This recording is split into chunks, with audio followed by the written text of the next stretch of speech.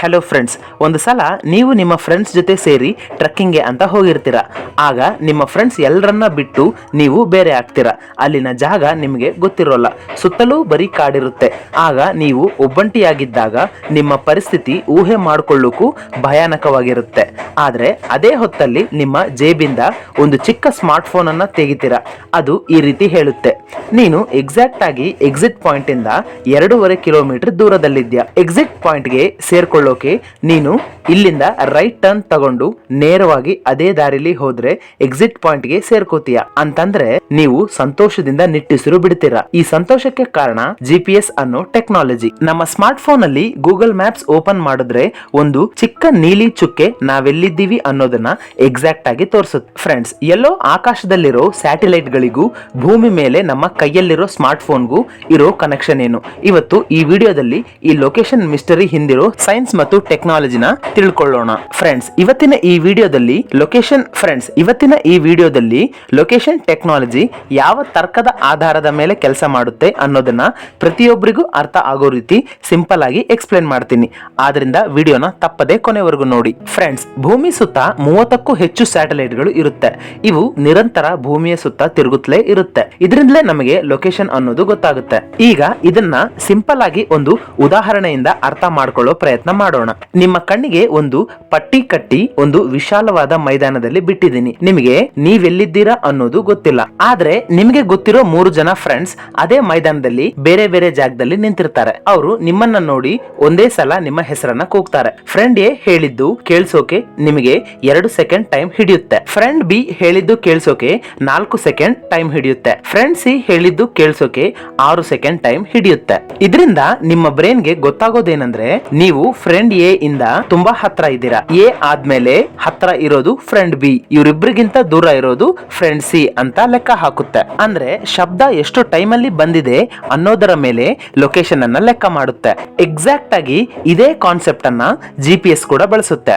ಈಗ ಈ 3 ಫ್ರೆಂಡ್ಸ್ ಗಳ ಜಾಗದಲ್ಲಿ ಸ್ಯಾಟಲೈಟ್ ಅನ್ನ ಇಡಿ, ನಿಮ್ಮ ಜಾಗದಲ್ಲಿ ಸ್ಮಾರ್ಟ್ ಫೋನ್ ಅನ್ನ ಇಡಿ.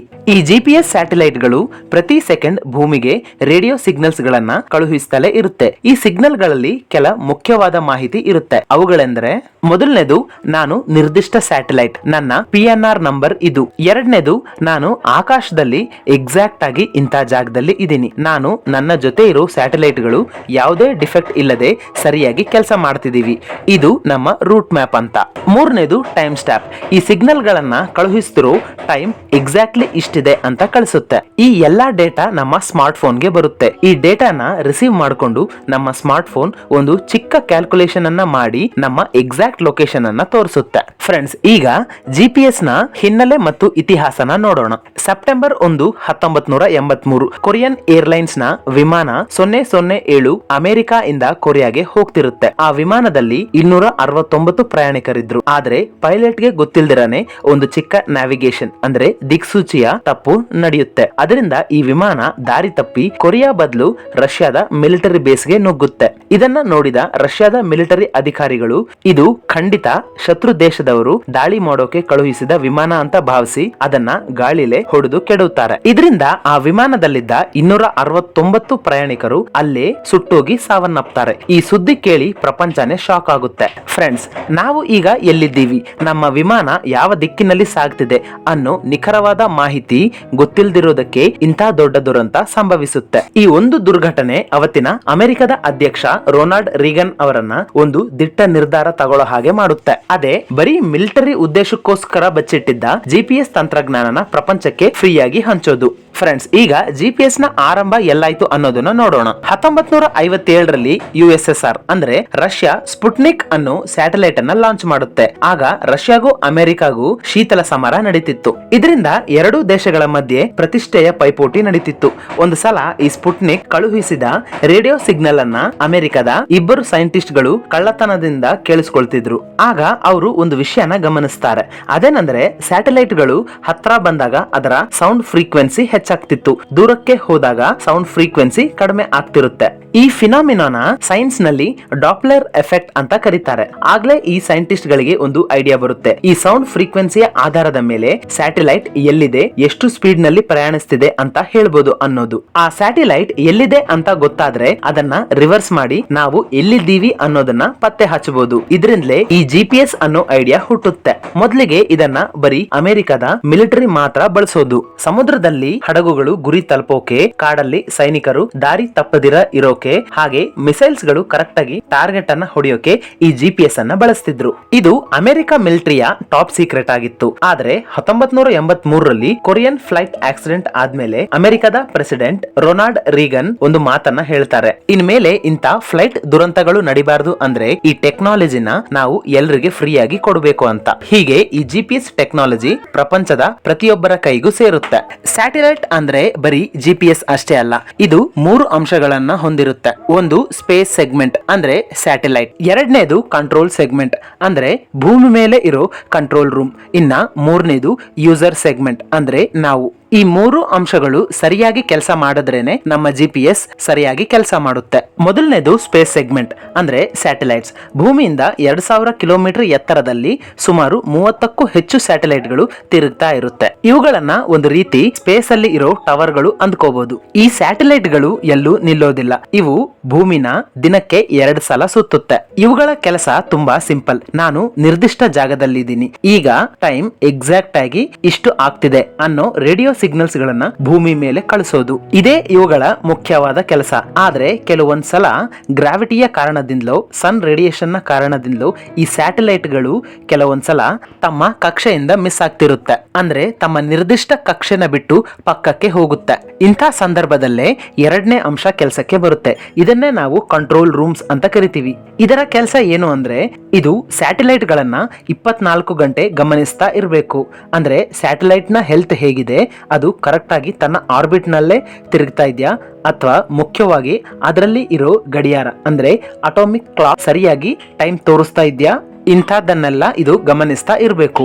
ಒಂದು ವೇಳೆ ಯಾವ್ದಾದ್ರೂ ಸಣ್ಣ ಪುಟ್ಟ ವ್ಯತ್ಯಾಸ ಬಂದ್ರು ಇವರು ಭೂಮಿಯಿಂದಲೇ ಒಂದು ಕಮಾಂಡ್ ಅನ್ನ ಕಳಿಸಿ ಅದನ್ನ ಕರೆಕ್ಟ್ ಮಾಡ್ತಿರ್ಬೇಕು. ಈ ಕಂಟ್ರೋಲ್ ರೂಮ್ಸ್ ಇಲ್ಲದೆ ಹೋದ್ರೆ ದಿನಕ್ಕೆ ಕೆಲ 1000 ಕಿಲೋಮೀಟರ್ಗಳ ಅಷ್ಟು ವ್ಯತ್ಯಾಸ ಬರುತ್ತೆ. ಅಂದ್ರೆ ಈ ಕಂಟ್ರೋಲ್ ರೂಮ್ಸ್ ಇಲ್ಲದೆ ಹೋದ್ರೆ ಈ GPS ಅನ್ನೋದು ಸರಿಯಾಗಿ ಕೆಲಸ ಮಾಡೋದಿಲ್ಲ. ಇನ್ನು ಕೊನೆಯ ಅಂಶ ಯೂಸರ್ ಸೆಗ್ಮೆಂಟ್ ಅಂದ್ರೆ ನಾವು ಮತ್ತು ನಮ್ಮ ಡಿವೈಸ್ ಗಳು. ನಮ್ಮ ಕೈಯಲ್ಲಿರೋ ಸ್ಮಾರ್ಟ್ ಫೋನ್, ಕಾರ್, ವಿಮಾನ, ಶಿಪ್ ಗಳಲ್ಲಿರೋ ನ್ಯಾವಿಗೇಷನ್ ಸಿಸ್ಟಮ್ ಎಲ್ಲಾನು ಇದೇ ಕ್ಯಾಟಗರಿಲಿ ಬರುತ್ತೆ. ಇದರ ಕೆಲಸ ಏನು ಅಂದ್ರೆ ಸ್ಯಾಟಲೈಟ್ ಗಳು ಕಳಿಸೋ ಸಿಗ್ನಲ್ಸ್ ಗಳನ್ನ ಇದು ರಿಸೀವ್ ಮಾಡ್ಕೊಳ್ತಾ ಇರುತ್ತೆ. ರಿಸೀವ್ ಮಾಡ್ಕೊಂಡು ಆ ಡೇಟಾನ ಕ್ಯಾಲ್ಕುಲೇಟ್ ಮಾಡಿ ನಮಗೆ ಎಕ್ಸಾಕ್ಟ್ ಲೊಕೇಶನ್ ಅನ್ನ ತೋರಿಸುತ್ತೆ. ಈ 3 ಅಂಶಗಳು ಸರಿಯಾಗಿ ಕೆಲಸ ಮಾಡಿದ್ರೇನೆ ನಮಗೆ ನಮ್ಮ ಸ್ವಿಗ್ಗಿ, ಬ್ಲಿಂಕ್, ಜೆಪ್ಟೋದ ಆರ್ಡರ್ಗಳು ಸರಿಯಾದ ಸಮಯಕ್ಕೆ ಸಿಗುತ್ತೆ. ಈ GPS ಸ್ಯಾಟಲೈಟ್ ನ ಗಡಿಯಾರ ಬರೀ 1 ಸೆಕೆಂಡ್ ವ್ಯತ್ಯಾಸ ತೋರಿಸಿದ್ರು ನಿಮ್ಮ ಲೊಕೇಶನ್ ಕೆಲ 1000 ಕಿಲೋಮೀಟರ್ಗಳ ದೂರ ತೋರಿಸುತ್ತೆ. ನಿಮ್ಮ ಕೈ ಗಡಿಯಾರ 1 ಸೆಕೆಂಡ್ ಲೇಟ್ ಆಗಿ ತೋರಿಸಿದ್ರೆ ಅಂತ ಏನು ಪ್ರಾಬ್ಲಮ್ ಆಗಲ್ಲ. ಆದ್ರೆ ಈ GPS ನ ಗಡಿಯಾರ ಕೇವಲ 1 ಸೆಕೆಂಡ್ ವ್ಯತ್ಯಾಸ ತೋರಿಸಿದ್ರು ನಿಮ್ಮ ಲೊಕೇಶನ್ ಕೆಲ 1000 ಕಿಲೋಮೀಟರ್ ದೂರದಲ್ಲಿ ತೋರಿಸುತ್ತೆ. ವಾಸ್ತವವಾಗಿ ಈ GPS ಸ್ಯಾಟಲೈಟ್ ಅಂದ್ರೆ ಇದೊಂದು ಕ್ಯಾಮರಾನೋ ಕಂಪ್ಯೂಟರೋ ಅಲ್ಲ. ಇದು ಆಕಾಶದಲ್ಲಿ ಎಗರುತ್ತಿರೋ ಒಂದು ದುಬಾರಿಯಾದ ಗಡಿಯಾರ.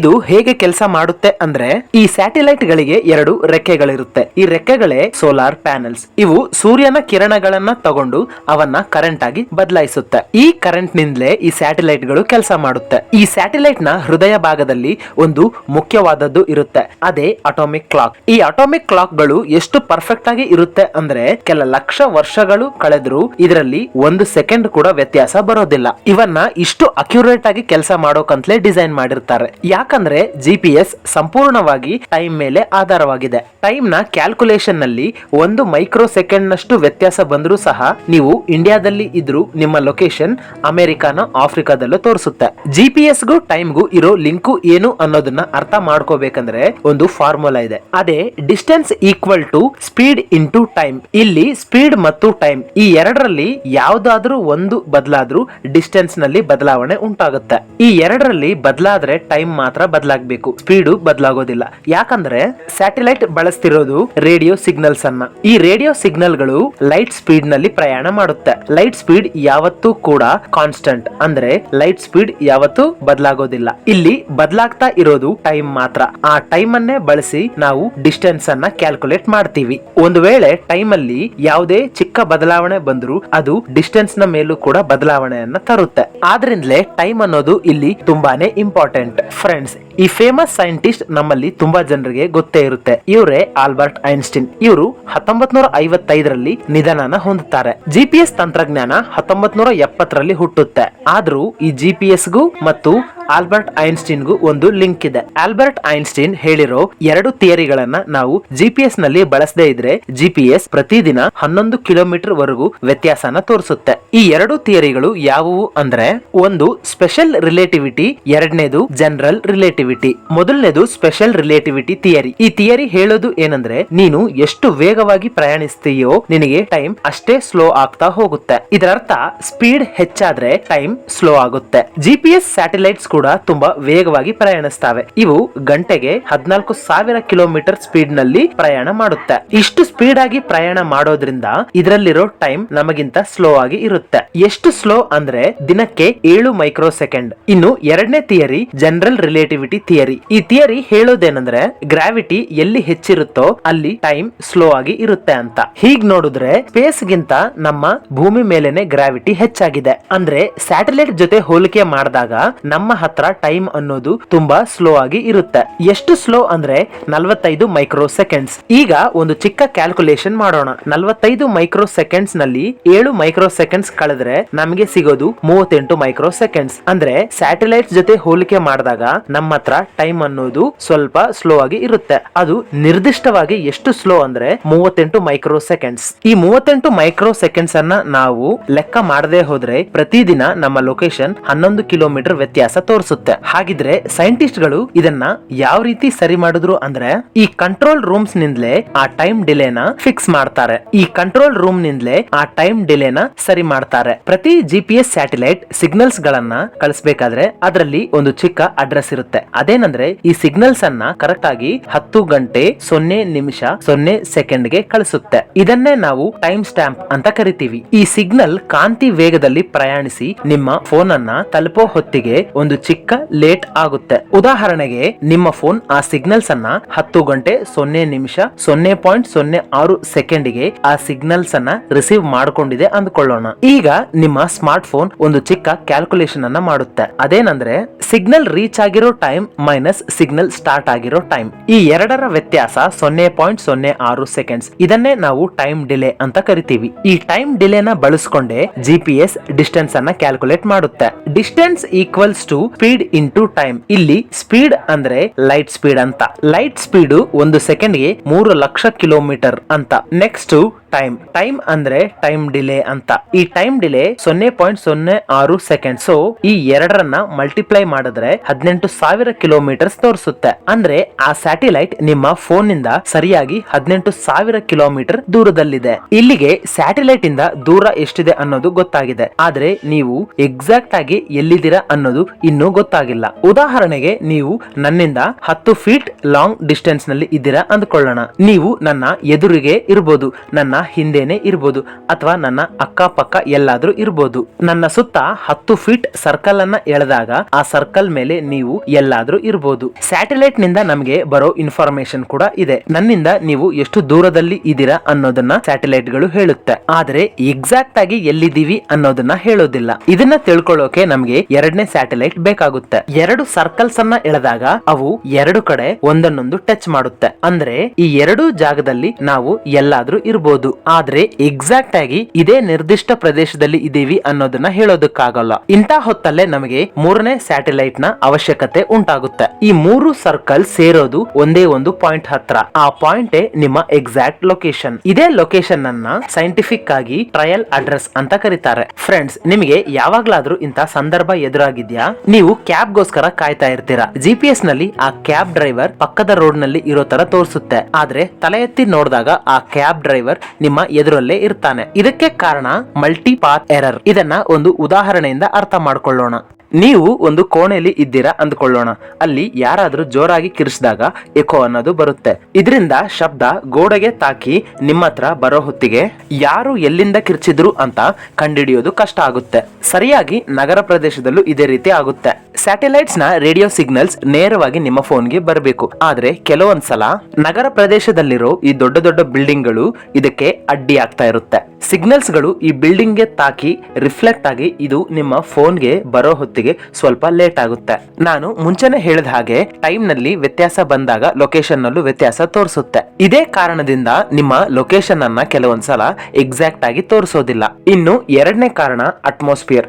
ನಮ್ಮ ಭೂಮಿಯ ಸುತ್ತ ಅಯನೋಸ್ಫಿಯರ್ ಅನ್ನೋ ಪದರ ಇರುತ್ತೆ. ಈ ಪದರ ಧೂಳು, ನೀರಿನ ಕಣಗಳು ಮತ್ತು ಕೆಲ ಎಲೆಕ್ಟ್ರಾನ್ಸ್ ಗಳಿಂದ ತುಂಬಿರುತ್ತೆ. ಫ್ರೆಂಡ್ಸ್, ನೀವು ಯಾವಾಗ್ಲಾದ್ರೂ ಒಂದು ಗ್ಲಾಸಿನ ನೀರಿನಲ್ಲಿ ಪೆನ್ಸಿಲ್ ಅನ್ನ ಇಟ್ಟು ನೋಡಿದಿರಾ? ಅದು ಸ್ವಲ್ಪ ಬೆಂಡ್ ಆದಂಗೆ ಕಾಣಿಸುತ್ತೆ. ಇದಕ್ಕೆ ಕಾರಣ ಲೈಟ್ ಅನ್ನೋದು ಗಾಳಿಲಿ ವೇಗವಾಗಿ ಪ್ರಯಾಣಿಸುತ್ತೆ, ನೀರಿನಲ್ಲಿ ಅದು ಸ್ವಲ್ಪ ಸ್ಲೋ ಆಗಿ ಪ್ರಯಾಣಿಸುತ್ತೆ. ಇದೇ ರೀತಿ ಸ್ಯಾಟಲೈಟ್ಸ್ ನ ಸಿಗ್ನಲ್ಸ್ ಗಳು ಕೂಡ ಅಂತರಿಕ್ಷದಲ್ಲಿ ಸ್ಪೀಡ್ ಆಗಿ ಪ್ರಯಾಣಿಸುತ್ತೆ. ಆದ್ರೆ ಅದು ನಮ್ಮ ಭೂಮಿಯ ಅಟ್ಮಾಸ್ಫಿಯರ್ ಒಳಗೆ ಬಂದಾಗ ಅದರ ಸ್ಪೀಡ್ ಅನ್ನೋದು ಕಡಿಮೆ ಆಗುತ್ತೆ. ಇದರರ್ಥ ಸಿಗ್ನಲ್ಸ್ ಬರೋದಕ್ಕೆ ಸ್ವಲ್ಪ ಸಮಯನ ತಗೊಳುತ್ತೆ, ಅಂದ್ರೆ ಸಿಗ್ನಲ್ಸ್ ಸ್ಲೋ ಆಗಿ ಬರುತ್ತೆ. ಈ ಟೈಮ್ ಡಿಲೇ ಇಂದ ಕೂಡ ನಮ್ಮ ಲೊಕೇಶನ್ ಅನ್ನೋದು ಸ್ವಲ್ಪ ವ್ಯತ್ಯಾಸ ತೋರಿಸುತ್ತೆ. ಸೊ ಫ್ರೆಂಡ್ಸ್, ಇನ್ಮೇಲೆ GPS ನಿಮ್ಮ ಲೊಕೇಶನ್ ಅನ್ನ ಸ್ವಲ್ಪ ಆ ಕಡೆ ಈ ಕಡೆ ತೋರಿಸಿದಾಗ ನೀವು ಬೈಕೋಬೇಕಾಗಿರೋದು ನಿಮ್ಮ GPS ನಲ್ಲ, ನಿಮ್ಮ ಸುತ್ತಮುತ್ತ ಇರೋ ದೊಡ್ಡ ಬಿಲ್ಡಿಂಗ್ಸ್ ಗಳನ್ನ.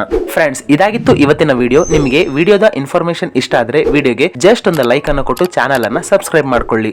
ಇಂಥ ಒಳ್ಳೆ ಒಳ್ಳೆ ಕಂಟೆಂಟ್ ಗಳು ನಮ್ಮ ಚಾನೆಲ್ ನಲ್ಲಿ ಎಷ್ಟೋ ಇವೆ. ಒಂದು ಸಲ ಅದು ವಿಡಿಯೋಗಳನ್ನ ನೋಡಿ. Friends, thanks for watching. Have A nice day.